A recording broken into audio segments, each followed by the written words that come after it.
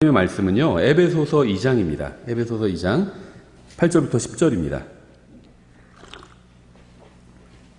에베소서 2장 8절부터 10절.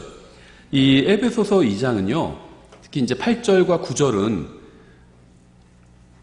어떠한 행위도 없이 오직 믿음만으로 구원을 받는다는 진리를 계시해주고 있는 아주 중요한 말씀이죠. 근데 그래서 보통 이 에베소서 2장 8절과 9절을 암송을 굉장히 많이 하거든요.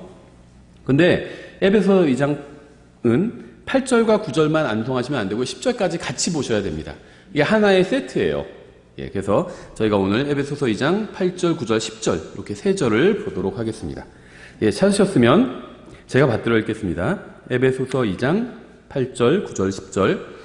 8절부터 너희가 믿음을 통해 은혜로 구원을 받았나니 그것은 너희 자신에게서 난 것이 아니요 하나님의 선물이니라. 우리나라 말로는 약간 헷갈릴 수 있는데요. 여기서 말하는 그것은 이제 믿음을 말하는 거죠. 하나님의 선물이라고 말하는 게 믿음을 말하는 거예요, 사실. 행위에서 난 것이 아니니 이것은 아무도 자랑하지 못하게 하려 함이라. 우리는 그분의 작품이요 그리스도 예수님 안에서 선한 행위를 하도록 창조된 자들이니라. 하나님께서 그 선한 행위를 미리 정하신 것은 우리가 그 행위 가운데서 걷게 하려 하심이니라. 여기서 우리가 어떻게 구원받았는지, 믿음으로 구원받았다. 그리고 구원의 목적이 무엇인지, 선한 행위를 하기 위해서 구원받았다. 이렇게 구원의 방법과 목적까지 말씀해 주고 있는 아주 귀중한 구절이죠. 잠깐 기도하겠습니다. 하나님 아버지, 저희를 구원해 주셔서 감사드립니다. 저희가 이 세상에서 어떤 삶을 살아야 하는지 말씀을 통해 가르쳐 주시기 원합니다. 예수님의 이름으로 기도드렸습니다. 아멘. 이 주제는요, 저희가 비슷한 주제 여러 번 다뤘고요. 저희 교회의 아주 중요한 테마 중에 하나라고 보시면 됩니다. 우리는 믿음을 통해 하나님의 은혜로 구원을 받았습니다. 어떤 사람도 행위로 구원받을 수가 없습니다. 이건 불가능해요. 어느 시대 어떤 사람도 행위로 구원받을 수는 없습니다. 어떤 사람은 대화를 할 때는 믿음 플러스 행위로 구원받는다 이렇게 가르치는 분들도 있는데요. 그건 사실이 아닙니다. 지금도 행위로 구원받기가 어렵다면 대화를 할 때는 행위로 구원받기가 더 어렵겠죠. 하나님께서는요, 모든 사람이 구원받기를 원하시기 때문에 구원의 방법을 쉽게 해놓으셨거든요. 지금도 행위로 구원받기가 어려운데 대화를 할 때는 전 3년 반은 비교적 평온한 기간이지만 후 3년 반은 진짜 이제 환란이 시작되잖아요. 전 세계적인 환란이 시작됩니다. 그럼 살기가 훨씬 어려워진다는 거죠. 우리가 지금 이 전염병 하나 가지고도 전 세계적으로 막 전전긍긍하고 있잖아요. 성경의 계시록에 기록된 그 대환란이 진짜로 일어난다면, 문자 그대로 일어난다면 얼마나 어렵겠습니까? 지금도 행위로 구원받는 게 불가능한데 대환란 때 행위로 구원받는다는 건 더 불가능하겠죠. 많은 사람들이 에베소서 2장 8절과 9절을 읽고 거기서 멈춰버려요. 근데 거기서 멈춰버리면 구원받은 사람의 인생의 목적이 무엇인지 이해하지 못하게 됩니다. 하나님께서는 예수님을 주심으로 은혜를 베풀어 주셨고요. 누구든지 그분을 믿는 사람들을 구원해 주셨습니다. 예수님이란 하나의 기준을 주신 거예요. 명확한 기준을 주신 겁니다. 예수님이 마음에 들 수도 있고 마음에 들지 않을 수도 있어요. 근데 이게 예수님이 하나의 큰 기준은 된다는 겁니다. 제가 여러 번 말씀드렸죠. 법은 명확해야 되거든요. 모든 법을 다 우리가 좋아하는 건 아니잖아요. 저희도요, 집 앞에 어린이 보호구역 한 100m 되는 그 도로가 있어요. 근데 거기가 이제 올해 1월부터 벌금을 실제 매기기 시작했거든요. 저도 한번 국가에 냈습니다. 근데 그때 난리가 났었어요. 동네에서. 다 벌금 폭탄 일어났다고. 그때는, 왜냐하면 거기를 그냥 지나도 그동안은 단속을 안 했거든요. 올 1월부터 단속을 했어요. 저도 딱 한 번 하고 나서는 그다음부터는 거기서는 아주 그냥 기어갑니다. 30km인데 그냥 20km로 가요. 대부분 차들 다 그래요. 아무도 빵빵을 누르지 않아요. 거기 사는 사람들, 그걸 좋아하는 사람들은 아마 거의 없을 거예요. 특히 운전자들은 좋아하지 않을 겁니다. 운전 안 하는 사람들이랑 상관없죠. 운전하는 사람들은 다 싫어할 거예요. 그런데 지켜야 됩니다. 내가 그 법이 좋다 싫다 그건 상관없어요. 예수님이 싫을 수도 있습니다. 하나님께서 그냥 마련해 주신 아주 명백한 기준이에요. 명확한 기준입니다. 그래서 예수님을 믿어야 구원받는다. 이거는요, 법률로서 합격이에요. 왜냐하면 명확성의 원칙에 부합하거든요. 명확해요. 예수님을 믿으면 구원, 안 믿으면 지옥. 아주 명확합니다. 싫을 수는 있어도. 그렇죠.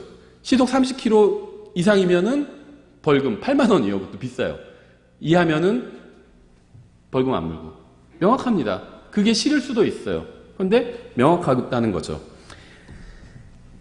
그래서 하나님께서는요, 예수님을 구원의 기준으로 주셨습니다. 예수님을 믿는 사람들은 구원해 주시고 믿지 않는 사람들은 구원해 주지 않으시기로 한 거죠. 믿지 않는 사람들 구원해 주지 않으신다. 너무한 거 아니냐. 너무할 게 없어요. 예수님을 거부했으니까 자기 힘으로 구원받으면 되는 겁니다. 그렇죠. 근데 난 도저히 내 힘으로 할 수 없다. 그럼 예수님을 믿으면 되는 거예요. 하나님이 너무한 게 아니라 하나님이 너무나도 쉬운 구원의 길을 주셨는데 그걸 거부한 사람이 너무한 거죠. 하나님은 너무하신 분이 아니에요. 그걸 거부한 사람이 너무한 거지. 그래서 하나님께서는요, 아주 쉽게 예수님을 통해서 구원받을 수 있게 길을 열어주셨죠. 근데 하나님의 계획은요, 거기서 끝나지 않습니다. 그렇게 구원받은 사람이 예수 그리스도 안에서 선한 일들을 하고 그 가운데 걷게 하는 게 하나님의 완전한 계획입니다. 구원은 믿음을 통해서 은혜로 받죠. 근데 구원은요, 하나님의 선물입니다. 누구도 행위로 구원받을 수는 없어요. 근데 여기서 끝나면 안 되죠. 구원받은 사람은 선한 행위를 해야 됩니다. 왜냐하면 구원의 결과는 선한 일을 하는 사람이기 때문이에요. 선한 일을 하는 선한 사람, 그게 구원의 결과입니다. 근데 선한 일이라는 건요, 이제 두 가지 측면이 있는데요. 첫째는 하나님 앞에서 선한 일을 행해야 돼요. 하나님 앞에서 선한 일이 뭔지는 성경에 잘 나와 있습니다. 하나님께서 하라고 하신 일들이 있어요. 그것들을 하면 선한 거죠. 그러니까 적극적으로 어떤 복음도 전하고 하나님의 말씀도 있고 하나님께 경배를 드리고 이런 게 또 선한 일이겠죠. 또 죄를 짓지 않은 게 또 선한 거겠죠. 거짓말하지 않고 정직하게 살고 이런 것도 선한 거겠죠. 그래서 하나님 앞에서 선한 일을 해야 되는 게 첫 번째고요. 두 번째는요, 사람들 앞에서도 선한 일을 해야 됩니다. 사람들 앞에서도. 어떤 이 세상이요, 그리스도인들한테 기대하는 게 있어요. 겉으로는 아닌 것 같아도 속으로는 어떤 은근히 기대를 하고 있다는 거죠. 하나님을 믿는다면, 심판자 하나님을 믿는다면 거기에 맞는 삶을 살기를 기대하고 있다는 겁니다. 또 우리가 거기에 부응할 필요도 있다는 거예요. 그러니까 하나님도 우리에게 기대하고 계시고요. 내가 구원해 줬으니까 또 성령님도 주었고 하나님의 말씀도 주었고 교회도 주었고 형제 자매도 줬으니까 저 사람이 하나님의 뜻대로 살겠지. 이렇게 하나님께서 우리를 향해서 기대하고 계신 게 있고요. 세상도 우리를 향해서 기대하고 있는 게 있다는 겁니다. 저 사람은 좀 다르겠지. 그런 기대를 하고 있다는 거예요. 예를 들면요, 요셉 같은 경우에 세상의 기대에 충분히 부응해 줬습니다. 예를 들면 요셉이 어떻게 해서 총리가 됐죠? 파라오의 꿈을 해석해 줬죠.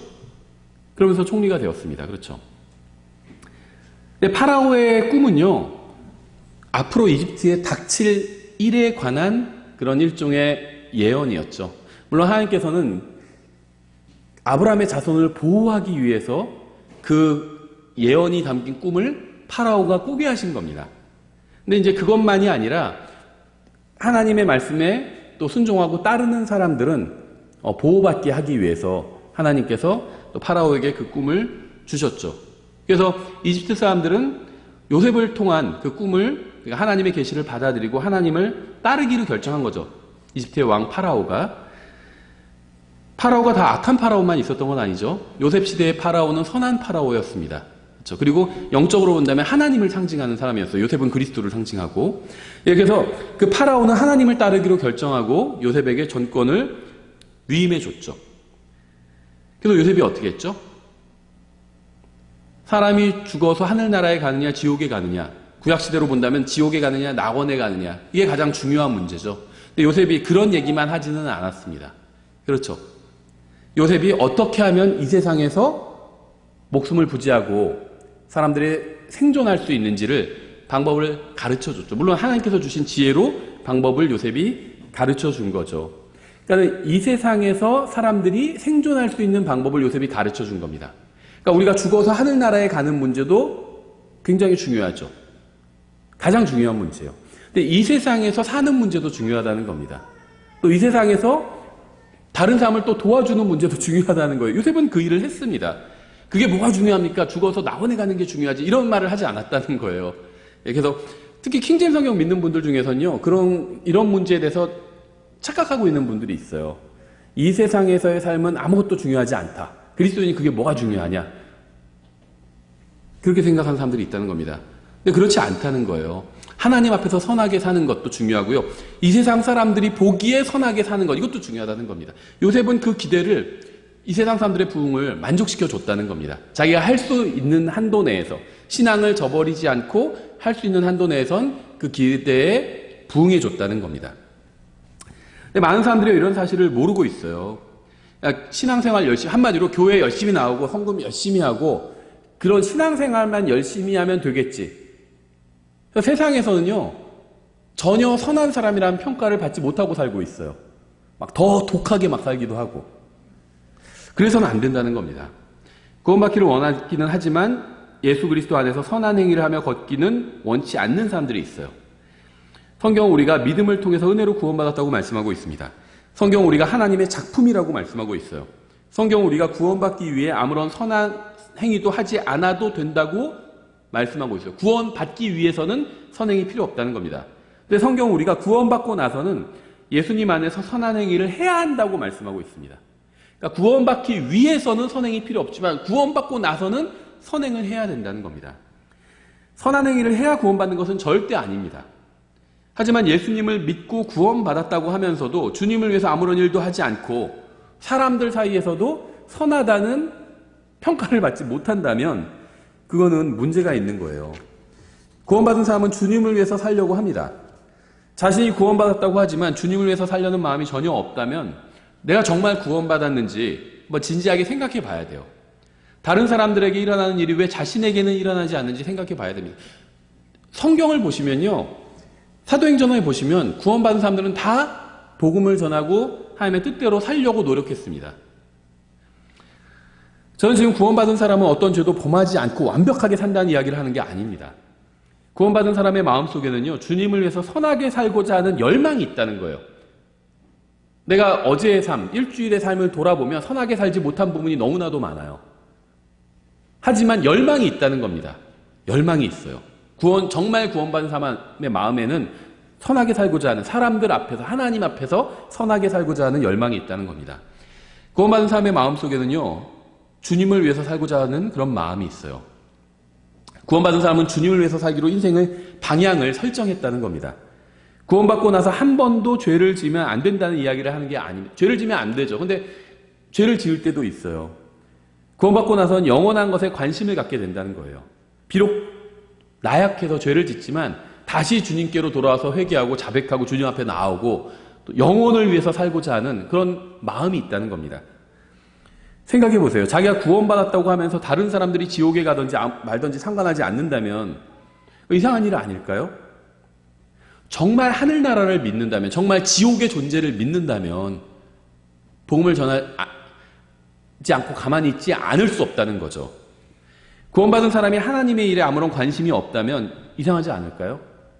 구원받은 사람이 예수 그리스도를 위해서 아무것도 하려고 하지 않는다면 이상하지 않을까요? 다른 사람들을 도와주려고 하지 않는다면 이상하지 않을까요? 아담의 자손으로 태어날 때는 아담에 속한 본성과 본능과 열망을 가지고 태어납니다. 아담의 본능과 거기에 속한 정욕이 무엇인지 따로 배울 필요가 없습니다. 누군가에게 그런 걸 누구한테 배우지 않아도요, 우리 자신이 너무나도 잘 알고 있어요.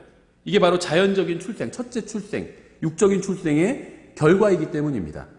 아담의 혈통을 따라 태어난 사람은 타락한 본성과 죄악의 욕망을 그대로 가지고 태어난다는 겁니다. 이건 뭐냐면요, 한마디로 자기 자신만을 위해서 살려고 하는 본성이라는 거예요. 자기 자신만을 위해서 살려고 하는. 그렇다면 하나님의 본성을 갖고 둘째 출생을 하면 어떻게 될까요? 아담의 자손으로 태어난 사람이 하나님의 본성을 가지고 있는 것처럼, 그러니까 아담의 본성을 가지고 있는 것처럼 하나님의 아들로 태어나는 사람은 하나님의 본성을 가지게 된다는 겁니다. 그래서 의와 거룩함, 이런 걸 추구하게 된다는 거예요. 육신적인 출생이 육신적인 열망을 갖게 하는 것처럼 영적인 출생도 영적인 열망을 갖게 한다는 겁니다. 한번 자신의 마음을 들여다보면서 진지하게 한번 생각해 보세요. 육신적인 출생을 한 사람은요, 육신적인 열망을 가지고 있어요. 근데 영적인 출생을 했다고 하면서, 그러니까 자기가 구원받았다고 하면서 영적인 열망이 전혀 없다면 뭔가 문제가 있는 거 아닐까요? 하나님을 알려고 하지 않고 하나님을 모르는 사람을 봐도 답답한 마음이 없어요. 하나님을 알려주고 싶은 마음이 없어요. 때로는 어떨 땐 부러워요. 저 사람 하나님 모르고 나는 하늘나라 지옥을 믿어요. 하나님을 믿고 영원한 심판을 믿고 예수님의 십자가 대속도 믿고 다 믿고 구원받았어요. 근데 예를 들면 다른 이웃에 있는 어떤 사람은 구원받지 못했어요. 그럼 어떤 마음을 가져야 될까요? 근데 예를 들면 그 사람은 무슨 코인을 하고 뭘 해가지고 부동산을 해가지고 돈을 많이 벌었어요. 와, 부럽다. 이런 마음이 들 수도 있겠죠. 그런 마음만 든다면 그건 문제겠죠. 아무리 무슨 그 사람 재산이 많이 증식해봐야 죽어서 지옥에 가면 무슨 소용이 있어요? 그게 뭐가 부러워요? 그렇죠? 그러니까 이 세상에서 성공한 사람을 봤을 때 그 사람이 구원받지 못했다면 부러운 게 아니라 불쌍한 마음이 들죠. 그 사람을 내가 어떻게 하면 영적으로 도와줄 수 있을까?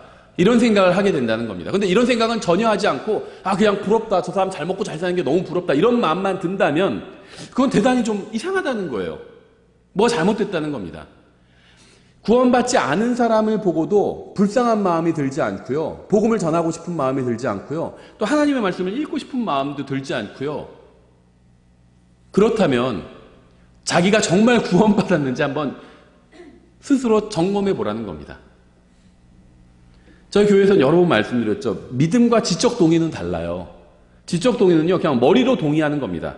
하나님이 계셔. 맞아. 그런 것 같아. 마귀가 하는 거예요, 그거는. 마귀도 하나님 계시다는 건 알거든요. 발람 같은 거짓 대언자들, 발람은 죽어서 지옥에 갔어요. 거짓 대언자거든요. 하나님이 옳다는 걸 알아요. 하나님 계시고 그분의 말씀이 옳다는 것도 알고 있습니다. 그걸만으로는 안 된다는 거죠. 마음으로 믿어야 돼요. 마음으로. 여러분 구원 받으셨나요? 그럼 여러분이 구원을 받았다면 무엇을 위해서 구원받았는지 한번 생각해 보신 적이 있나요? 새로운 창조물이 되었잖아요. 그럼 뭘 위해서 새로운 창조물로 만드셨을까요? 제품을 새로 만들잖아요. 그럼 뭘 위해서 만들까요? 저도 그 책을 지금 출간을 해서 이제 출간하면은 이제 저희 교회에서도 나눠주고 그 다음에는 외부에 있는 분들에게도 나눠드리거든요. 한 70% 이상은 무료로 나눠드려요. 그 나머지 한 20, 30%는 이제 후원하시는 분들이고. 그리고 이제 조만간 이제 서점에도 내려고 합니다. 그런데 책을 달라 그러면 어떤 분은 이제 구매하기가 어렵다 이렇게 얘기하는 분도 있어요. 솔직히 경제적으로 어려워서. 그럼 책 보내드립니다. 한 권씩은 다 보내드려요. 원하시면. 그럼 어떤 분들 막 미안해하는 분도 있어요. 그럼 전 이런 얘기를 하거든요. 책은 누군가의 손에 들리고 그래야 가치 있는 거지 창고에만 쌓여있으면 의미가 없다. 이런 얘기를 합니다. 책을 찍었는데 왜 찍었을까요? 창고에 쌓아두기 위해서 찍은 건 아니라는 거죠. 누군가의 손에 들려서 읽혀지게 하기 위해서 책을 찍는 거죠. 우리를 하나님께서 새로운 창조물로 만드셔서 새 제품으로 만드신 겁니다. 매일 제품 관리를 하세요. 근데 왜 그렇게 하실까요? 목적이 있다는 거예요. 그냥 새거, 하나님은 어떤 콜렉터가 아니라는 겁니다. 콜렉터는 어떻게, 뭐 하는 사람들인지 아시죠? 물건을 모아서 포장도, 비닐도 뜯지 않아요. 그거 딱 모셔줍니다. 자기가 이걸 소유하고 있다. 이것으로 뿌듯해해요. 하나님은 그런 분이 아니라는 겁니다. 여러분은 하늘나라에 가기 위해서 구원받은 게 아니에요. 이건 구원의 부록이에요. 하늘나라는 구원의 목적이 아닙니다. 부록이에요, 부록. 여러분은 그리스도처럼, 예수님처럼 되기 위해서 구원받은 겁니다. 어떤 부분에서? 마음이. 우리의 마음이 예수님처럼 되기 위해서 구원받은 거예요. 우리가 창조자는 될 수 없어요. 부활의 영적인 몸을 입어도 창조자는 될 수 없어요. 하나님은 될 수 없어요. 예수님은 하나님이잖아요. 우리가 하나님은 될 수 없습니다. 하나님의 아들은 될 수 있어도 하나님은 될 수 없어요. 그런데 우리의 마음이 예수님의 마음처럼 될 수는 있습니다. 왜냐하면요, 하나님께서 자신의 본성을 우리에게 주셨거든요. 성령님을 우리에게 주셔서 성령님이 내 안에서 나의 영과 하나가 되었어요. 그래서 하나님의 마음을 가질 수는 있다는 겁니다. 하나님의 마음으로 살 수 있다는 거예요. 이게 구원의 목적입니다. 단순히 죽어서 하늘나라에 가는 게 구원의 목적이 아니라 하나님의 아들이 되어서 하나님의 아들처럼 말하고 하나님의 아들처럼 생각하고 하나님의 아들의 마음을 품고 하나님의 아들처럼 사는 것이 구원의 목적이라는 거예요. 하나님의 아들이 보시는 것처럼 보게 하는 거, 우리가. 그게 구원의 목적이라는 겁니다. 죽어서 하늘나라에 가면 그렇게 그때부터 하나님의 아들처럼 살게 되는 것이 아니라 구원받은 순간부터 하나님의 아들처럼 살게 하는 것. 이게 하나님께서 우리를 구원하신 목적이라는 겁니다. 아이는 자라면서 부모를 닮게 되죠. 원하든 원하지 않든 닮아갈 수밖에 없습니다. 닮아가려고 노력하지 않아도 그렇게 돼요. 그것이 바로 그 부모의 자식으로 태어난 결과죠. 저 어떤 표를 봤는데요. 이게 실제 진짜 맞는 건지 틀린 건지 잘 모르겠어요. 누가 장난친 건지 아닌지는 잘 모르겠는데 그 표에 그러니까는 친자 확인 한 뭐 각 나라별 친자 불일치 비율 이런 게 나왔어요. 그게 진짜 정확한 건지는 잘 모르겠어요. 누가 조작한 건지는. 근데 그냥 그걸 보니까는 유럽 국가들은 잘 기억이 안 나는데 뭐 10%부터 20% 뭐 30% 사이 다양하더라고요. 친자 불일치 확률이. 한국은 40%래요. 되게 높죠. 그럼 한국에서는 외도를 더 많이 하는 것일까? 그거는 아니래요. 왜냐하면은 친자 확인을 소위 말하는 선진국에서 유럽에서는 더 많이 한대요. 친자 확인을. 근데 우리나라는 잘 안 한대요. 했다가 싸움 나죠. 잘 안 해요. 아주 의심스럽지 않으면 안 한대요. 그래서 비율이 높게 나온 거래요. 친자 불일치 확률이. 왜냐하면 의심스럽지 않은 사람들은 다 안 하니까. 그 의심스러운 사람들만 하니까 높게 나온대요. 근데 왜 의심할까요? 여러 가지가 있겠죠. 배우자가 예를 들면 부정해 보인다든지 그럼 하겠죠. 근데 그런 건 아닌데 아이가 아무리 봐도 닮은 것 같지가 않아요. 누구도. 그러면은 의심을 하겠죠. 생각해 보세요. 사람들이 딱 부모와 아이를 딱 보면 야, 너 말하지 않아도 니네 아버지 누군지 알겠다. 그런 경우들 있지 않나요? 아주 똑같이 닮을 때. 사람들이 우리를 보면 우리의 영적인 모습을 보면 우리의 내면을 보면 우리가 친해지면 내면을 볼 수 있죠. 밖에서 만나는 사람 내면을 볼 수가 없어요. 외면만 보이게 되죠. 근데 어떤 사람과 예를 들면 직장에서 학교에서 뭐 한 달, 두 달 이상 지내게 되면 외모뿐만이 아니라 내면도 보게 됩니다. 그렇죠. 내면을 보게 되면요. 다른 사람이 우리의 내면을 보게 되면 우리의 부모님이 영적인 부모가 누구라고 생각할까요? 자녀는요. 노력하지 않아도 닮아가게 됩니다. 그렇죠. 그게 바로 그 부모의 자식으로 태어난 결과예요. 근데 구원받은 지 5년, 10년, 20년이 지났는데도 전혀 그리스도를 닮은 구석이라고는 찾아볼 수 없다면 어떨까요? 이건 심각한 문제가 있는 겁니다. 이상한 그리스도인들이 굉장히 많아요. 술 마시면서도요, 자기가 그리스도인이라고 하는 사람도 있습니다. 바람 피면서도요, 자신이 그리스도인이라고 하는 사람도 있어요. 거짓말 밥 먹듯이 하면서 세금 떼어 먹으면서도요, 자기가 그리스도인이라고 하는 사람도 있습니다. 사장 몰래 돈 빼돌리면서도요, 자기가 그리스도인이라고 하는 사람도 있어요. 고객을 속이면서 장사하면서도 자기가 그리스도인이라고 하는 사람도 있습니다. 이런 사람들에 대해서 이야기하자면 끝이 없겠죠. 생각해 보세요. 이번에 무슨 LH에서 전 국민이 거기 때문에 화가 났잖아요. 거기서 일 저지른 사람 중에 그리스도인은 한 사람도 없을까요? 다 무슨 무슬림 신자들일까요? 불교도들일까요? 아니겠죠. 구원받은 사람도 있을 수 있어요. 그리스도인은 그리스도를 따르는 사람이죠.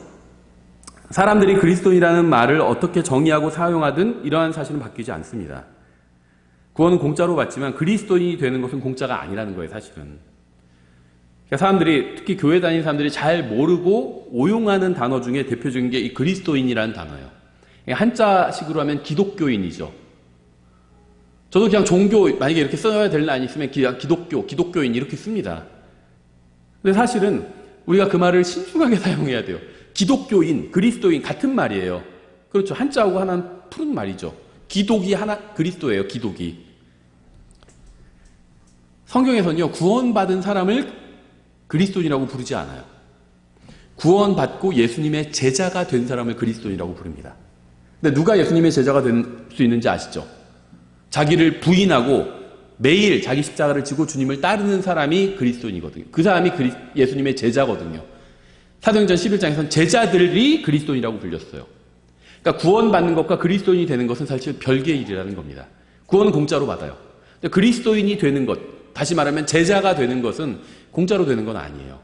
날마다 자기를 부인한다는 건 뭐냐면요. 내가 원하는 대로 살지 않는다는 겁니다. 하나님께서 원하시는 대로 사는 거예요. 그게 자기를 부인하는 겁니다. 그리고 자기 십자가를 지고 예수님을 따르면 그리스도인인 겁니다. 디도서 2장에 이렇게 되어 있어요. 이 에베소서 2장 8절, 9절, 10절 구원을 어떻게 받는지 말씀하고 있고 그 다음에는 구원의 목적이 무엇이고 이게 한 세트라고 말씀드렸죠. 성경에는요 이런 식의 한 세트를 이루는 경우가 종종 있어요. 디도서에도 있는데 디도서 2장 11절 이렇게 되어 있습니다. 구원을 가져다 주시는 하나님의 은혜가 모든 사람에게 나타나. 에베소서 2장 8절 말씀과 같죠. 하나님의 은혜로 구원받았습니다. 우리는. 13절에 저 복된 소망과 위대하신 하나님 곧 우리의 구원자 예수 그리스도의 영광스러운 나타나심을 기다리게 하셨느니라. 우리가 구원받고 나서 주님을 만날 날을 기다리고 있죠. 디도서 2장 11절에서는요 구원에 대해서 말씀하고 있고요. 13절에서는 예수님의 휴거와 재림에 대해서 말씀하고 있죠. 예수님을 만나는 것에 관해서 말씀하고 있습니다. 근데 제가 12절을 읽지 않았죠. 뭐가 있을까요? 구원이 있고요. 예수님을 만나는 게 있어요. 그럼 그 사이에 뭐가 있어야 될까요? 그리스도인답게 하나님의 아들답게 사는 것이 들어가 있어요. 12절 이렇게 되어 있습니다. 우리를 가르치시되 경건치 아니한 것과 세상에 속한 정욕들을 우리가 거부하고 자기를 부인하는 거예요. 제자가 되는 겁니다. 이 현 세상에서 맑은 정신을 가지고 의롭게 하나님의 뜻대로 살며 이게 12절이에요. 구원을 받았죠.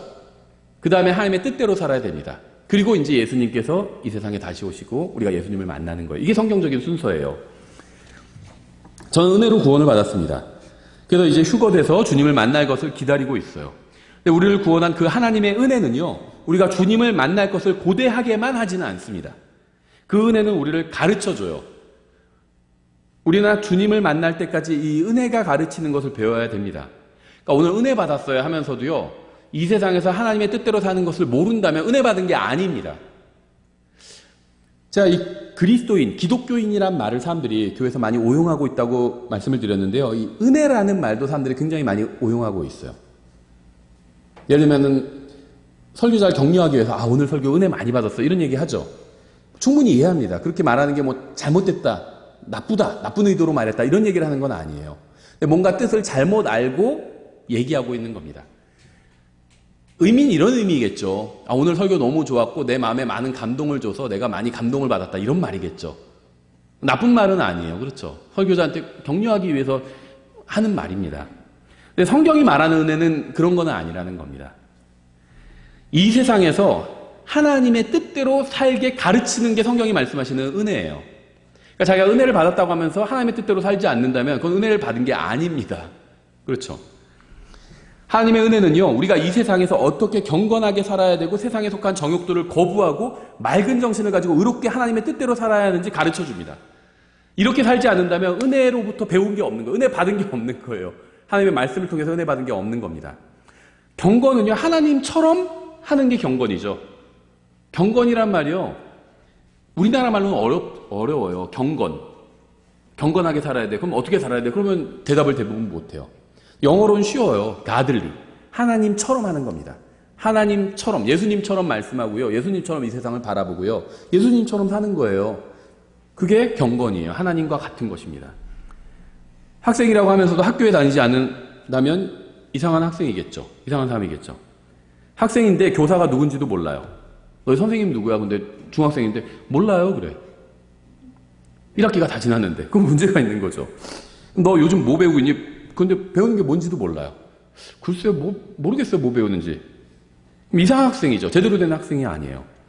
근데 그리스도인들 중에서는요, 이렇게 이상한 사람이 굉장히 많아요. 자신이 그리스도인이라고 하지만 성경도 전혀 읽지 않고, 기도도 전혀 하지 않고, 심지어 교회 다니지도 않아요. 그리고 자기는 자유롭다, 이렇게 얘기해요. 그건 자유가 아니죠. 성경에서 말씀하시는 자유는요, 진리가 너희를 자유롭게 하리라 이랬잖아요. 그건 죄를 막 지어도 된다, 마음대로 살아도 되는 그런 자유가 아니에요. 의를 행할 수 있는 자유를 말하는 겁니다. 좀 이상하죠? 의를 행할 수 있는 자유? 왜 그런 자유가 필요할까요? 구원받지 않은 사람은요, 의를 행하지 못해요, 하나님 앞에서. 하나님께서 인정하시는 의로운 일을 할 수가 없습니다. 근데 구원을 받게 되면요, 이젠 하나님께서 행하시는 의로운 행위를 할 수 있는 자유가 생긴 겁니다. 그러니까 이런 거나 같아요. 구원받지 못한 사람은요, 하나님을 기쁘시게 할 수 있는 일은 아무것도 하지 못해요. 예를 들면요, 구원받기 전에 나의 삶의 영역이 이 강단 위, 여기였어요. 이거는 다 죄의 공간이었습니다. 그래서 죄만 짓고 살았어요. 근데 이 강단 밖에는 의로운 공간이 있어요. 하나님께서 인정하시는. 구원받고 나서는요, 이제 거기에 갈 자유가 생겼다는 거예요. 그게 진리가 너희를 자유롭게 한다는 말씀의 의미예요. 죄를 지을 수 있는 자유가 생겼다는 게 아니면, 죄는 전에도 마음껏 졌잖아요. 죄는 마음대로 졌어요. 구원받기 전에도. 근데 무슨 뭐 죄를 지을 수 있는, 난 마음대로 살아도 돼. 진리가 나를 자유롭게 하니까. 그런 의미가 아니라는 겁니다. 이런 얘기를 하면요, 구원을 은혜로 받기 때문에 굳이 하나님 앞에서 의롭게 살지 않아도 된다고 하는 사람들이 있어요. 물론 구원은 은혜로 받죠. 근데 그 은혜는 우리가 구원받는 데까지만 인도하는 게 아니라 우리에게 그리스도인으로서 어떻게 살아야 하는지도 가르쳐 줍니다. 이게 하나님의 은혜예요. 단순히 어떻게 하면, 저는 구원받는 방법을 몰랐습니다. 성경을 읽다가 알게 됐어요. 예수님을 알게 됐습니다. 그리고 구원받았어요. 하나님의 은혜였죠. 하나님의 은혜가 아니었다면 전 구원받지 못했을 겁니다. 하나님의 은혜 때문에, 그러니까 하나님의 은혜가 저를 구원까지 인도해 준 거예요. 제가 똑똑해가지고 구원받은 게 아니라, 제가 똑똑해서 복음을 깨달은 게 아니라 하나님의 은혜가 저를 인도해 준 겁니다. 그래서 저는 구원받는 방법을 알게 됐고요. 그 방법을 받아들였어요. 구원자가 누군지 알게 됐고요. 하나님의 은혜가 저에게 알려줘가지고 저는 구원자가 누군지 알게 됐고 그 구원자를 믿음으로 받아들였습니다. 하나님의 은혜는 거기서 멈추지 않는다는 겁니다. 어떻게 하면 하나님의 아들이 되는지도 알려주고요. 어떻게 하면 하나님의 아들답게 사는지도 알려준다는 겁니다. 그게 하나님의 은혜가 하는 일이라는 겁니다. 하나님의 은혜는 단순히 우리를 구원할 뿐만 아니라 우리를 가르치고 훈육해 준다는 거예요.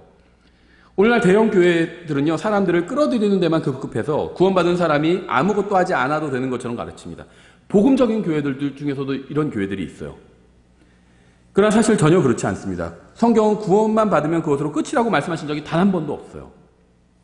계속해서 14절에 그분께서 우리를 위하여 자신을 주심은 모든 불법으로부터 친히 우리를 구속하시고 정결하게 하사 선한 행위에 열심을 내는 백성, 곧 자신을 위한 특별한 백성이 되게 하려 하십니다.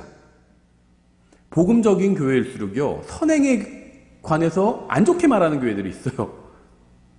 선행을 통해서 구원받으려고 하는 사람들한테 경고해야 되는 건 맞죠. 선행을 통해서는 구원받을 수가 없습니다. 하지만 선한 행위 자체는 잘못된 게 아니에요. 구원받고 나선 선한 행위를 해야 됩니다. 선한 행위에 열심을 내는 백성이 되게 하려는 게 구원의 목적이라고 말씀하고 있잖아요. 구원받기 위해서는 단 하나의 선행을 할 필요도 없습니다. 하지만 구원받은 후에는 선한 행위를 해야만 합니다. 하나님께서 왜 저를 구원하셨는지 아세요? 제가 선한 행위에 열심을 내고 전적으로 자신을 들여서 선한 일을 하게 하기 위해서 구원하신 겁니다. 거짓말하고 사기치고 가족을 학대하고 나쁜 짓이나 하라고 구원하신 게 아니라는 거예요. 최근에도 누구 어떤 어린아이 학대해서 죽였는데 부모님이 목사였고 막 그런 경우가 있었죠. 그 사람들이 구원받았는지 아닌지 저는 몰라요. 하나님께서 판단하시겠죠. 근데 구원받았으니까 이제 어떤 죄를 져도 너는 지옥에 안 가니까 마음대로 살고 사기치고 학대하고 그러라고 구원하신 게 아니라는 겁니다. 그러한 짓을 하는 사람도 예수님을 믿었다면 구원받을 수 있죠. 구원받고 나서도 여전히 그러한 짓을 하는 사람의 구원도 취소되지는 않지만 그게 구원의 목적은 아니라는 겁니다. 그렇게 아무렇게나 살게 하기 위해서 구원해 주신 게 아니라는 거예요. 구원받고 나서도 엉망진창으로 살았지만 죽어서 하늘나라에 갈 것을 생각하니까 마음이 편하다고 간증한 사람도 봤어요. 그건요, 간증이 아니에요. 다른 사람을 세워주는 간증이 아니에요. 간증 왜 해요? 자기 자랑하려고 간증하는 게 아니잖아요. 어떤 사람 자기 자랑하려고 간증하는 사람이 있고 어떤 사람 자기가 왕년에 얼마나 잘 나갔는지 얘기하려고 간증하는 사람도 봤어요. 그건 간증이 아닙니다. 간증의 목적은요, 하나님께서 나에게 해주신 일을 알려주는 거예요. 그래서 그걸 통해서 다른 사람들도 하나님 앞에서 바르게 설 수 있도록 도전을 주기 위해서 간증을 하는 거죠. 성경에 자기 자랑하는 그런 간증은 없어요. 저는 지금 구원받은 사람은 완벽해야 한다는 이야기를 하는 게 아닙니다. 열심히 주님을 섬기는 선한 사람들이 자신의 구원을 잃어버리지는 않을까 걱정하는 것도 문제지만 구원받지 못한 사람이 자기가 구원받았다고 착각하는 것도 문제죠. 갈라디아서 5장 16절 이렇게 되어 있습니다. 그런즉 내가 이것을 말하노니 곧 성령 안에서 걸으라. 그리하면 너희가 육신의 욕심을 이루지 아니하리라. 육신은 성령을 대적하여 욕심을 부리고 성령은 육신을 대적하나니 이 둘이 서로 반대가 되므로 너희가 원하는 것들을 너희가 능히 하지 못하느니라. 성령 안에서 걸으라. 성령 안에서 걷는 게 뭘까요? 여기서 뭐 다 설명할 시간 없지만 그냥 하나님의 말씀대로 하는 겁니다. 하나님의 말씀대로 해야 된다는 걸 그냥 다양하게 표현하는 게 그 중에 하나가 성령 안에서 얻는 거예요. 제가 막 갖다 붙인 게 아니에요. 생각해보세요. 성령님께서 하나님의 말씀과 반대로 행하실까요? 하나님의 말씀대로 행하시겠죠. 예, 성령 안에서 얻는 건요, 하나님의 말씀대로 행하는 거예요. 그럼 우리가 하나님의 말씀을 읽어야 되겠죠. 하나님의 말씀도 읽지 않는데 어떻게 하나님의 말씀대로 행해요? 계속해서 다음 절 읽기 전에요, 저는 여러분에게 한 가지 질문을 드리고 싶어요. 여러분은 구원받기 전부터 지었던 죄가 있을 겁니다. 보통 이제 미국 목사님들 설교하는 걸 들으면요, 펫신이라는 말을 써요. 펫이 애완동물이죠. 신. 그러니까 펫신이라는 말을 써요. 그러니까 내가 애완동물처럼 짓는 죄, 애완동물을 기르는 것처럼 그렇게 내가 애착을 갖고 짓는 죄. 근데 구원받고 나서 여러분으로 하여금 더 이상 그 죄를 짓지 않게 하고 그 죄의 욕망과 싸우는 무엇인가가 여러분 안에 있다는 거죠. 만약 여러분이 그러한 경험이 전혀 없다고 한다면 여러분은 자신이 진정으로 구원받았는지 한번 진지하게 생각해 봐야 된다는 겁니다. 구원받은 척하는 것은 아무런 소용이 없어요. 다른 사람들에게는 구원받은 사람인 양 가장하고 속일 수 있지만 그건 정말 아무런 유익도 없는 일입니다. 이 세상에서 살 때 구원받은 척해도 실제로 죽어서 지옥에 간다면 그것이 무슨 유익이 있을까요? 구원받기 전에 즐기던 죄를 지으려고 하니까 제 자신이 한없이 비참하게 여겨진 적이 있어요. 그러면 제 자신이 너무나도 부끄러워서 다시는 하지 않으리라고 다짐을 합니다. 제 안에 있는 무엇인가가 저의 육신의 정욕과 전쟁을 시작한 거죠. 육신과 싸움을 시작한 게 무엇인지 아세요? 바로 세 사람입니다. 세 사람. 그 세 사람이 옛사람과 싸움을 시작한 겁니다. 예전에는 옛사람이 시키는 대로 하면서 살았지만 이제는 옛사람의 명령을 거부하는 사람이 나타난 거예요. 이제 내 마음대로 살면 안 돼. 이제 하나님의 말씀대로 좀 살자. 이런 주장을 하는 사람이 내 안에 나타났다는 겁니다. 이게 바로 구원받은 사람의 증거 중에 하나예요. 내적 갈등은요, 구원받지 못했다는 증거가 아닙니다. 오히려 구원받았다는 가장 강력한 증거 중에 하나예요. 전혀 갈등이 없다면 그게 문제예요. 구원받았다고 하면서도 계속해서 죄를 짓는 사람들이 있습니다. 또 복음도 전혀 전하지 않는 사람들도 있어요. 다른 사람들이 지옥에 가든 말든 전혀 상관하지 않는 사람들도 있습니다. 성령님께서 내주하고 계시는데 어떻게 복음을 전해야겠다는 생각이 단 한 번도 들지 않는 것일까요? 하나님께서 그 안에 계시는 사람이 어떻게 하나님의 일에 무관심할 수 있을까요? 구원받은 사람은 하나님께서 그 안에 들어와 계시면서 계속 선한 일을 하도록 독려하고 계십니다. 하나님께서. 성령님께서 독려하고 계세요. 우리 안에서. 열심을 내라. 내가 네 안에서 선한 일을 시작했다. 너의 몸을 선한 일에 사용하는 도구로 내어줘라. 하나님의 말씀대로 살아라. 이런 동료를 내 안에서 하고 계시다는 거예요. 안 하고 계신 것 같은데? 그건 내가 듣지 않은 겁니다. 구원받은 사람의 안에는요, 두 사람이 있어요. 옛사람과 새사람은 서로 싸움을 하고 있습니다. 영과 육이 서로를 대적하면서 싸우고 있는 거예요. 계속해서 18절에 그러나 너희가 성령의 인도를 받으면 율법 아래에 있지 아니하니라. 이제 육신의 행위들은 명백하니 이것들이라. 곧 간음과 음행과 부정함과 세욕과 우상숭배와 마술과 증오와 불화와 경쟁과 진노와 다툼과 폭동과 이단파당과 시기와 살인과. 참 어쨌든 성경을 읽을 때 놀래요. 살인, 시기 이걸 같은 동일선상에 놓고 말씀하고 있죠. 우리는 살인을 한 적은 없어요. 그렇죠? 없죠. 저는요, 웃을 일이 아니라 만난 적이 있어요. 형님, 사실은 제가요, 살인을 한 적이 있습니다. 이렇게 얘기를 하더라고요. 그래서 10년인가 복역하고 나왔대요. 얘기를 들어보니까는, 자기 어머니를 모욕하고 누가 공격해서 그 사람과 싸우다가 살인을 하게 된 거예요. 안타깝더라고요. 얘기를 들어보니까. 근데 우린 보통 살인을 한 적은 없어요. 근데 시기한 적은 많죠. 근데 시기와 살인을 같은 동일선상에 놓고 있어요. 술 취함과 흥청됨과 또 그와 같은 것들이라.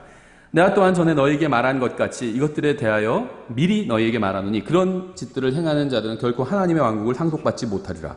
그러나 성령의 열매는 사랑과 기쁨과 화평과 오래 참음과 부드러움과 선함과 믿음과 온유와 절제니 이 같은 것을 대적할 법이 없느니라. 그 다음 절 24절 중요합니다. 그리스도께 속한 사람들은 애착들과 정욕들과 함께 육신을 십자가에 못 박았느니라. 느낌이나 자신의 감정에 대해서 이야기하는 사람은요, 성령님의 통제 아래 있지 않은 겁니다. 저 오늘 너무 기분 나빠요. 뭐 그런 얘기 할 수 있습니다. 근데 그것으로 모든 것을 판단하려고 해서는 안 돼요. 저 너무 기분 나빠서 교회 떠날래요. 이런 분도 있어요. 그건 좀 잘못된 겁니다. 기분 나쁠 수는 있어요. 근데 어느 교회를 다니나, 이건 굉장히 중요한 문제거든요. 하나님의 말씀으로 판단해야 돼. 느낌대로 판단하지 않고. 딱 보니까 느낌이 안 좋아. 그렇게 느낌을 따라가면 안 돼요. 하나님의 말씀을 따라가야 됩니다. 특히 어느 교회를 다니느냐, 이거는요, 하나님의 말씀에 따라가야 돼요. 이거는 저는요, 배우자 선택보다 훨씬 더 중요한 문제라고 생각합니다. 배우자 잘못 선택하면요, 인생이 피폐해져요. 신중하게 선택해야 돼요, 배우자는.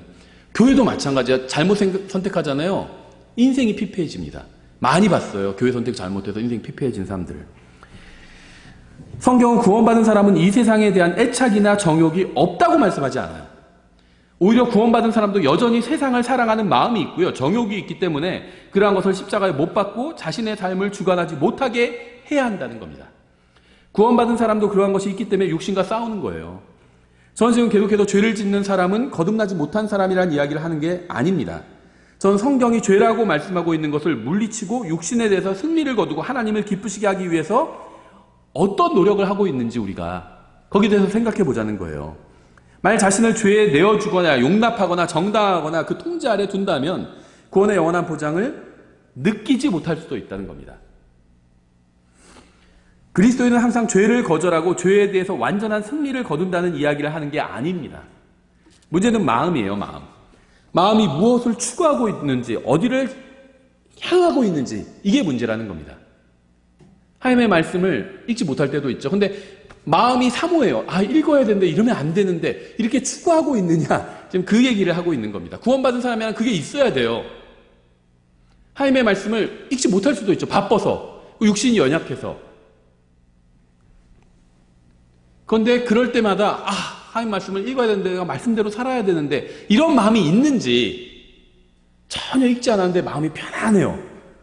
이상하게. 그러면 문제가 있을 수도 있는 거예요. 구원받지 않았을 수도 있다는 겁니다.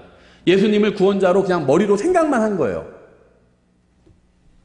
머리로 그렇게 생각하는 것과 예수님을 실제로 믿는 건 전혀 달라요. 현대 기독교는요, 심하게 변질되어 있습니다.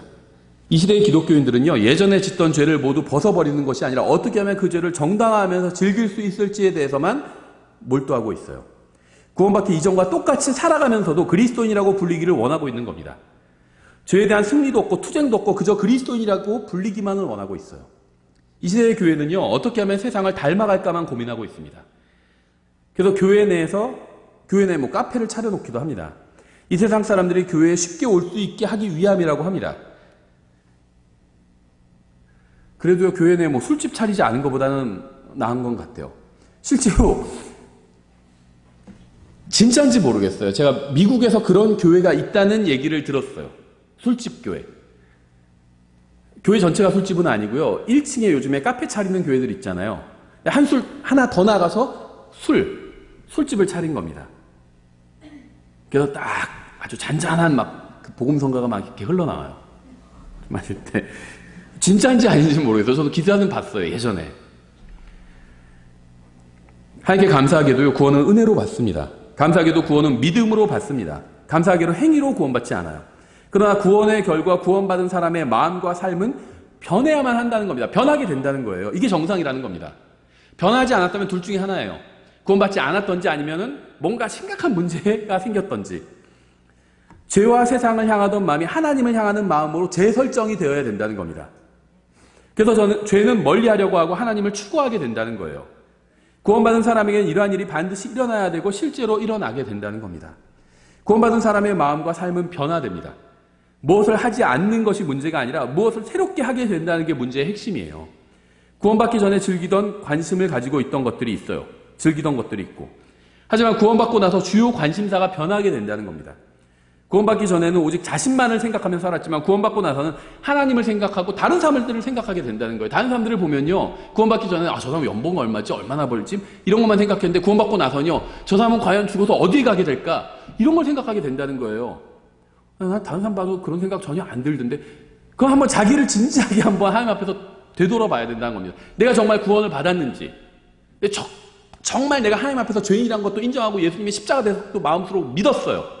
그런데도 다른 사람을 봤을 때 그 사람의 재산 정도 이런 것만 생각이 되지 그 다음에 죽어서 어디로 가는지는 전혀 생각하지 않게 된다면 그러면 영적으로 전혀 성장하지 못한 겁니다. 영적인 생명에 치명적인 지금 영적인 생명이 치명적인 질병에 걸려 있는 거예요. 구원받는다는 것의 의미가 무엇일까요? 구원받았다고 하면서도 성경을 읽고 싶어 하지 않는 사람들도 있어요. 예수님을 알고 싶어 하지 않는 사람들도 있습니다. 주님을 위해서 살려고 하지 않고 기도하려고 하지도 않고 하나님의 말씀을 알고 싶어 하지도 않는 사람들이 있습니다. 구원받았다고 하면서도 예수님에 대해서 흥미를 느끼지 못하는 사람들이 있습니다. 저는 그런 사람들에게 묻고 싶어요. 정말 예수님을 만난 적이 있냐고. 왜냐하면 예수님을 만난 사람은요, 예수님에 대해서 흥미를 느끼지 않을 수가 없거든요. 내가 결혼하지 않은 싱글 남자예요. 아주 예쁜 여자를 봤어요. 왜 그래서 아르바이트생 잘 뽑으면 매출이 오른다고 하더라고요. 카페나 무슨 편의점에서. 예쁜 여학생을 아르바이트생 뽑으면요, 매출이 오른대요. 남자들이 다 거기만 간대요. 예수님을 만난 사람은요, 예수님에 대해서 흥미를 느껴요. 더 알고 싶어져요. 예수님에 대해서 난 별로 흥미 느끼지 않는데? 그러면은 구원받지 않았을 수도 있어요. 그러니까 예수님을 머리로만 아는 거예요. 진짜 만나본 적이 없고. 예수님과 교제를 나누면요, 더 나누고 싶어져요. 주일학교 선생님이 알려주는 예수님에 대해서 들어본 적이 있을 수도 있고요. 어머니가 들려주는 예수님에 대해서 들어본 적이 있을 수도 있고, 할머니가 들려주는 예수님에 대해서 들어본 적도 있을 겁니다. 그런데 다른 사람들을 통해서 들은 예수님이 아닌 직접 예수님을 만나는 일이 필요합니다. 예수님을 개인적으로 만난 경험이 있어야 구원받은 거예요. 만일 예수님을 만나게 되면요, 그분에 대해서 큰 흥미를 가질 수밖에 없습니다. 부모님을 따라서 좋은 교회 다니면서 어린 시절을 보낸다든지 아니면 좋은 그리스도인 부모님 밑에서 성장한다는 것은요, 분명히 큰 축복입니다. 그런 것을 경험해보지 못한 사람에 비하면 엄청난 복을 받은 것이 분명합니다. 그런데 그런 사람은 잘못하면 큰 위험에 처해지게 될 수도 있습니다. 그런 사람들 중에는요, 자신의 부모님이 그리스도이니까, 또 자신이 다니는 교회가 성경대로 믿는 좋은 교회니까 예수님을 개인적으로 만난 적은 없지만 자신도 그리스도인이고 구원을 받았고 따라서 무슨 짓을 해도 구원을 잃어버리지 않을 거라고 착각하면서 사는 사람들이 있기 때문이에요. 그러니까 복음을 전하는 교회일수록, 복음적인 교회들 있잖아요. 복음 열심히 전하는 교회들. 그런 교회일수록요, 그 자녀 세대에선 구원받지 않은 사람들이 의외로 많다는 겁니다. 성리침례교회도 예외가 아니에요. 자기 구원받았다고 생각해. 하도 많이 어렸을 때부터 주일학교에서 무슨 수련회에서 복음에 대해서 많이 들으니까 자기가 구원받았다고 생각합니다. 그 복음에 자기가 동의한다고 생각해요. 삶을 보면요, 세상 사람과 전혀 다르지 않아요. 왜 그럴까요? 둘 중에 하나예요. 구원받지 않았든지 아니면 구원받았지만 전혀 성장하지 않았든지 둘 중에 하나라는 겁니다. 저는 그런 사람들 많이 봤어요. 그런 사람들이 성인이 되고 부모님의 통제를 벗어나게 되면 어떻게 되는지 아세요? 부모님의 통제를 벗어나 원하는 것을 들을 수 있고 원하는 것을 볼 수 있게 되면 세상으로 떠나가 버리고 말아요. 왜냐하면 예수님을 개인적으로 만난 적도 없고 거듭난 적도 없고 구원받은 적도 없기 때문에. 구원받은 사람이 계속 자신의 구원을 의심하는 것처럼 안타까운 일도 없죠. 자신의 구원을 의심하는 것을 그만두고 자신이 받은 영원한 구원 안에서 안식해야 합니다. 그런데 자신의 부모가 그리스도인이고 자기가 교회에 다닌다는 이유만으로 구원받지 않은 사람이 자기도 영원한 구원을 받았다고 착각하는 것은 더 안타까운 일이에요. 예수님을 믿고 구원받았다면 더 이상 자신의 구원을 의심하지 마십시오. 개인적으로 예수님을 만난 적이 없다면 아무리 부모님이 그리스도인이고 자신도 교회에 다닌 지 오래되었다 할지라도 반드시 구원받아야 돼요. 두 경우 모두 다 위험한 상태이기 때문입니다. 만약 진지하게 예수 그리스도를 구원자로 믿었는데도 불구하고 계속해서 죄 가운데 거하면서 자신의 죄를 정당화하려고만 한다면 왜 성경에서 말씀하시는 그리스도인의 삶과 자신의 삶이 다른지 진지하게 생각해 봐야 됩니다. 여러분이 다니는 교회의 목사가 어떤 사람인지 혹은 여러분이 다니고 있는 교회에 다니는 다른 사람들이 어떤 사람인지는 사실 그렇게 많이 중요한 건 아니에요. 중요한 것은요, 여러분의 혼과 여러분의 인생이에요. 교회에 다니는 다른 사람들도 동일한 죄를 짓는지 아닌지 이건 중요하지 않습니다. 각자가 다 하나님 앞에 회개보고를 하게 돼요. 신앙생활을 엉터리로 하는 사람들과 자신을 비교하지 말고요, 하나님의 말씀과 자기를 비교해 봐야 돼요. 중요한 것은요, 하나님과 여러분의 관계입니다. 그리스도의 심판석에서 1대1로 서게 돼요. 큰인왕자 심판석에서도 1대1로 서게 됩니다. 그래서 각자가 자기가 행한 것을 하나님 앞에 회개보고 하게 돼요. 중요한 것은 내가 진정으로 예수님을 만난 적이 있느냐는 겁니다. 예수님에 대해서 아느냐를 묻는 게 아니에요. 이 설교를 듣는 사람들은 다 예수님에 대해서 어느 정도 알 겁니다. 교회에서 듣던, 온라인으로 듣던, 지금 이 설교를 듣고 있는 사람들은요, 예수님에 대해서 알고 있을 거예요. 그렇죠? 예수님 그게 누군데? 이런 사람 아무도 없을 겁니다. 제 설교 듣는 사람 중에. 근데 정말 중요한 것은요, 예수님을 아느냐, 이것도 중요하죠. 근데 그거보다 더 중요한 것은 예수님과 난 어떤 관계인지, 내가 예수님을 받아들인 적이 있는지, 나는 예수님께 받아들여졌는지, 이게 가장 중요하다는 거예요. 그리고 정말 내가 구원받은 걸 확신한다면, 그래, 내가 정말 하나님 앞에서 내가 죄인이라는 사실을 인정했어. 예수님의 십자가 대속이 내 죄값을 치르기 위해서라는 걸 내가 다 진심으로 믿었어. 그렇게 정말 구원받았다면, 자기가 구원받았다는 걸 확신한다면, 이제 가장 중요한 것은요, 하나님의 자녀답게 사는 겁니다. 하나님의 자녀답게 사는 것. 저도 가끔 후회할 때가 있어요. 그때 그 부동산을 팔지 말걸, 아니면 그걸 그때 살걸. 요즘 무슨 코인 보고 훌륭한 사람들 있잖아. 그때 들어갈걸 막 하면서. 그런데요, 이 세상에선 그런 거 후회할 수 있죠. 하늘나라에서는요, 아무도 그걸 후회하지 않을 거예요. 그때 그 코인을 살걸, 이거 후회하는 사람은 아무도 없습니다. 하늘나라에선. 구원받은 사람들이 가장 많이 후회하게 될 게 뭔지 아세요? 하늘나라에서? 이 세상에서 하나님의 자녀대로 살걸, 하나님의 말씀 믿고 그 말씀에서 안식할걸, 괜히 쓸데없는 거 걱정하느라 세월만 낭비했다. 하나님의 말씀대로 살걸, 복음을 좀 더 전할걸, 하나님의 자녀답게 살걸, 걱정하지 말걸. 구원받은 사람에게 이보다 더 중요한 일은 없습니다. 하나님의 자녀답게 사는 것, 이거보다 더 중요한 게 없어요. 여러분은 구원받아서 하나님의 자녀가 되었나요? 지금 하나님의 자녀답게 살고 계신가요? 이 문제를 여러분의 마음속에 담아두고 진지하게 생각해 보시기 바랍니다. 기도하겠습니다. 하나님 아버지, 저를 구원해 주셔서 감사합니다. 저희가 하나님의 아들답게 살 수 있도록 성령님을 주시고, 성경을 주시고, 교회를 주시고, 형제 자매를 주셔서 감사드립니다. 이 설교를 들은 사람 중에 아직 구원받지 못한 사람이 있다면 주님의 말씀을 통해서 자신을 비춰보고 구원받을 수 있게 도와주시기 원합니다. 구원은 받았지만 자기 마음대로 사는 사람이 있다면 그 사람도 주님의 말씀을 통해서 자신을 비춰보고 정신을 차릴 수 있도록, 깨어있을 수 있도록 도와주시기 원합니다. 예수님의 이름으로 기도드렸습니다. 아멘.